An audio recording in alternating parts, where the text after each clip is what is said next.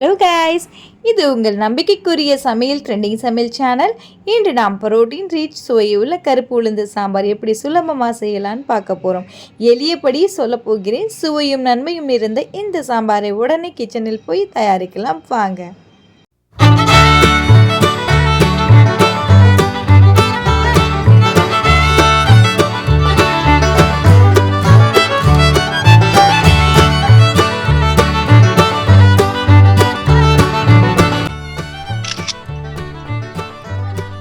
நல்லா இருக்கீங்களா?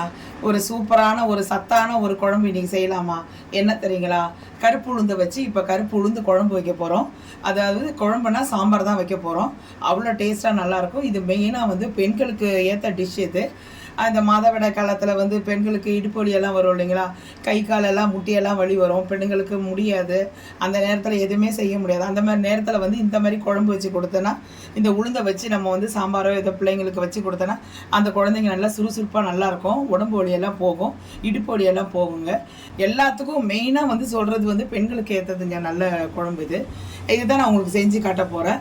இது எவ்வளோ சத்து இருக்குதுன்னு சொல்லிட்டு நான் உங்களுக்கே தெரியும். பெனிஃபிட் இப்போ எவ்வளோ சொன்னதில் உங்களுக்கு இதெல்லாம் தெரியும். இப்போ நான் அதை எப்படி செய்யலாம், அதுக்கு என்னென்ன பொருளை ஆட் பண்ணலாம், இந்த சாம்பார் எப்படி வைக்கலாம்னு சொல்லிட்டு இப்போ வீடியோக்குள்ளே போய் பார்க்கலாமா? வாங்க போகலாம். இந்த உளுந்து குழம்பு வைக்கிறதுக்காக ஒரு கப்பு நான் ஒரு டம்ளர் ஃபுல்லாக உளுந்து கருப்பு உளுந்து எடுத்துக்கிறேங்க. உங்களுக்கு இதில் வெள்ளை உளுந்தில் கூட நீங்கள் செய்யலாம், நல்லா டேஸ்ட்டு நல்லாயிருக்கும். ஆனால் இந்த மாதிரி நான் தோல் உளுந்தில் செய்கிறேன் நான். அதனால் ஒரு கப்பு நான் ஒரு டம்ளர் எடுத்துருக்கிறேன் நான். இது எப்படி செய்யலான்னு சொல்லிட்டு சொல்கிறேன். முதல்ல நம்ம இந்த உளுந்தை லைட்டாக சிறு தீயில் வச்சு நம்ம வறுத்துக்கலாம். இது லைட்டாக வாசனை வர வரைக்கும் வறுத்துக்கலாங்க. வாசனை வந்தோடனே இதில் கொஞ்சோண்டு ஒரு கலர் சேஞ்சு மாறும். அப்போ நம்ம எடுத்துடலாம். பாருங்கள், உளுந்து கலர் மாறிடுச்சு பாருங்கள். இது பாருங்கள், கலர் எப்படி ஆயிடுச்சு பார்த்தீங்களா? அதை பார்த்தீங்களா? ப்ரௌனிஷ் கலர் ஆயிடுச்சுன்னா இதான் வறுத்துச்சுன்னு அர்த்தம். வறுத்தது உங்களுக்கே தெரியும். எடுத்துடலாம். நம்ம ஒரு குக்கரில் கொட்டிடலாம். குக்கரில் கொட்டி அப்படியே ஒரு 2 விசில் விட்டு எடுத்துடலாம். நல்லா நம்ம வறுத்ததை ஒரு 2 கழுவு கடியாச்சு. கழுவிட்டு நம்ம குக்கரில் தண்ணியை ஊற்றி இதை வேக வச்சு எடுத்துடலாம். ஒரு 2 விசில் வச்சு எடுத்துடலாம். சேர்க்க வேண்டிய பொருள் என்னென்னு சொல்லிட்டு நான் உங்களுக்கு சொல்கிறேன்.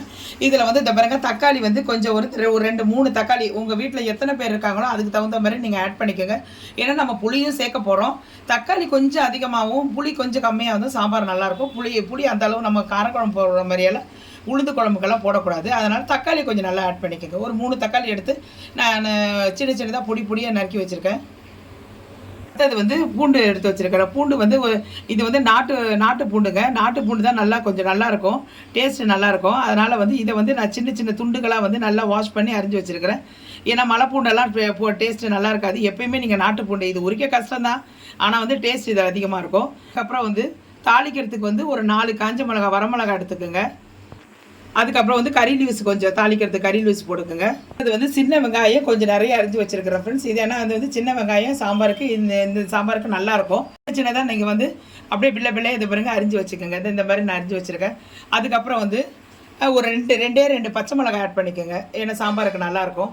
இதுதான் இதில் சேர்க்க வேண்டிய பொருள். அவ்வளோதான். இப்போ நம்ம தாளிக்க ஆரம்பிச்சிடலாம். குக்கர்லேருந்து நல்லா பூக்க வெந்துருச்சு பாருங்கள். உங்களுக்கு நல்லா தெரியுதுங்களா? இதில் அப்படியே தண்ணியோடு இருக்குங்க. கொஞ்சம் நம்ம நல்லா கொஞ்சம் கடைஞ்சிக்கலாம். நம்ம ஒரு கொத்து சட்டி எடுத்துக்கோங்க. நம்ம பருப்பு கடைவோம் இல்லைங்களா? அந்த கடையில் நீங்கள் நல்லா அதில் போட்டு மேஷ் பண்ணிட்டீங்கன்னா பருப்பு கிருப்பு எல்லாமே உளுந்து எல்லாமே மஞ்சிரும். இப்போ பாருங்கள், நான் அதில் தான் நான் கடையில் இந்த பாருங்கள் மஞ்சி வருது. இது பாருங்கள், நல்லா மஞ்சி வருது பாருங்கள். இதில் இன்னும் கொஞ்சம் கடைஞ்சிடலாம். எவ்வளோ கடையிறீங்களோ டேஸ்ட்டு நல்லாயிருக்கும். தாளிப்பு கொடுத்துடலாங்க. ஒரு பாத்திரம் வச்சுக்கலாம். பாத்திரத்தில் நம்ம கொஞ்சம் கடலெண்ணெய் ஊற்றிக்கலாம். தாளிக்கிறதுக்காக 1 டீஸ்பூன் சீரகம், 1 டீஸ்பூன் கடுகு, அதை நம்ம சேர்த்துடலாம். கடுகு நல்லா பொரிஞ்சிச்சுங்க. கருவேப்பிலை போட்டுடலாம். இந்த பூண்டை ஆட் பண்ணிடலாம்.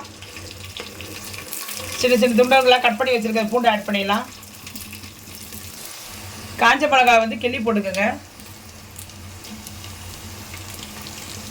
2 பச்சை மிளகாய் போட்டுடலாம். கொஞ்சம் நல்லா வதவட்டுங்க.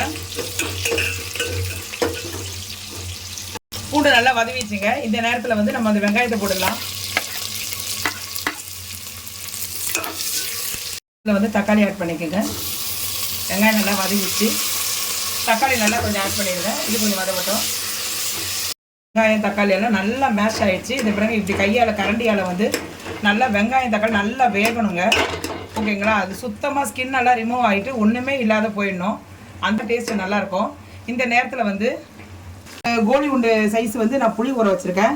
இதை நம்ம கரைச்சி இதில் ஊற்றிடலாம். இப்போ பாருங்கள், அப்படியே புளியை ஊற்றிடலாம். அளவு புளி தண்ணி ஊற்றியாச்சுங்க. நம்ம வந்து தேவையான அளவு குழம்பு மிளகாத்தூள் போட்டுக்கலாம். உங்கள் வீட்டுக்கு தேவையான அளவு காரத்துக்கு ஏற்ற மாதிரி போட்டுக்கோங்க. தேவையான அளவு நம்ம வந்து மிளகாத்தூள் ஆட் பண்ணிட்டோம். தேவையான அளவு உப்பு ஆட் பண்ணிக்கோங்க. இப்போ நல்லா ஒரு 2 கொதி வரட்டும். நல்லா கொதிக்குது. நல்லா நம்ம வந்து போட்ட வந்து புளியோடைய கரைசல் மிளகாத்தூள் நல்லா வந்து அந்த பச்சை வாசம்லாம் போயிடுச்சு. நல்லா 2 கொதி வந்துச்சு. கடைஞ்சி வச்சுருக்கோம் இல்லைங்களா உளுந்து, இதை அப்படியே கொட்டிடலாம். கொட்டிட்டு நல்லா வந்து ஒரு 2 கொதி வரட்டும். உப்பெல்லாம் போட்டு நல்லா கொதிக்குது. அது உங்களுக்கே தெரியும். அந்த கருப்பு உளுந்தெல்லாம் மேலே அது வருது பாருங்கள். இந்த நேரத்தில் வந்து கொத்தமல்லி வந்து மேலே தூவிடலாம். அவ்வளோதாங்க, இறக்குற ஸ்டேஜ். நல்லா தூவிட்டு அவ்வளோதாங்க. இப்போ வந்து நம்ம ஸ்டவ்வை ஆஃப் பண்ணிடலாங்க. மணக்க நல்ல சத்தான பெண்களுக்கு ரொம்ப உபயோகமுள்ள ஒரு உளுத்தம் பருப்பு சாம்பார் ரெடி ஆயிடுச்சு. இப்போ பாருங்க, செம்ம சூப்பரான சாப்பாடு. இப்போதான் நான் வடித்தேன் உளுந்து சாம்பார். பச்சைப்பருப்பு வாசம் அப்படியே வருதுங்க. நல்லா உடம்புக்கு ரொம்ப ஸ்ட்ரென்த்து. இப்போ பாருங்கள், செம சூப்பரான வந்து உளுந்து குழம்பு ரெடி ஆயிடுச்சு. இவ்வளோ சாம்பார் வச்சுருக்கோம். அதுக்கு தகுந்த வந்து ஒரு வாழைக்காய் ஃப்ரை பண்ணி வச்சுருக்கோம். இந்த பாருங்க, அது கூட வந்து அடிஷ்னலாக வந்து நான் அரிசி வத்தல் அதுவும் நான் வச்சுருக்கிறேன். செம சூப்பராக இருக்குங்க. இந்த குழம்பை நீங்களும் செஞ்சு சாப்பிட்டு பாருங்கள். வந்ததுன்னு சொல்லிட்டு எனக்கு கமெண்ட் செக்ஷனில் சொல்லுங்கள் ஃப்ரெண்ட்ஸ். ஏன்னா வந்து எப்பொழுது நம்ம அன்றாடம் வந்து துவரம்பருப்பில் தான் வந்து நம்ம குழம்பு வைக்கிறோம். சாப்பாடு சாப்பிட்றதுனால ஒரு சத்தும் கிடையாது. அதனால் வந்து இந்த மாதிரி நம்ம தோல் உளுந்தெல்லாம் எடுத்துக்கிட்டோன்னா உடம்புக்கு ரொம்ப பெனிஃபிட்டு. ஆனால் வாரத்தில் ஒரு 2 நாள் இதை வச்சு சாப்பிடுங்க. ஆனால் உண்மையாக சொல்கிறேன், நான் எங்கே போகுதுன்னே தெரியாது. மற்றவங்கள விட நமக்கு தோல் உளுந்தில் இருக்குது. அதனால் இதை வந்து நம்ம அப்படியே சாப்பிட்றதுனால நல்ல உடம்புக்கு சத்து தாங்க. இந்த வீடியோ உங்களுக்கு பிடிச்சிருக்கா பாருங்கள். பயனுள்ளதாக இருக்கும்னு தான் நான் நினைக்கிறேன். உங்களுக்கு பிடிச்ச நண்பர்களுக்கு இதை ஷேர் பண்ணி விடுங்க. நாளைக்கு வந்து புது வீடியோவில் டிஷ்ஷை சந்திப்போம். அதோடு உங்களோட விடைபெறுவது உங்கள் ட்ரெண்டிங் சமையல் அலமோ.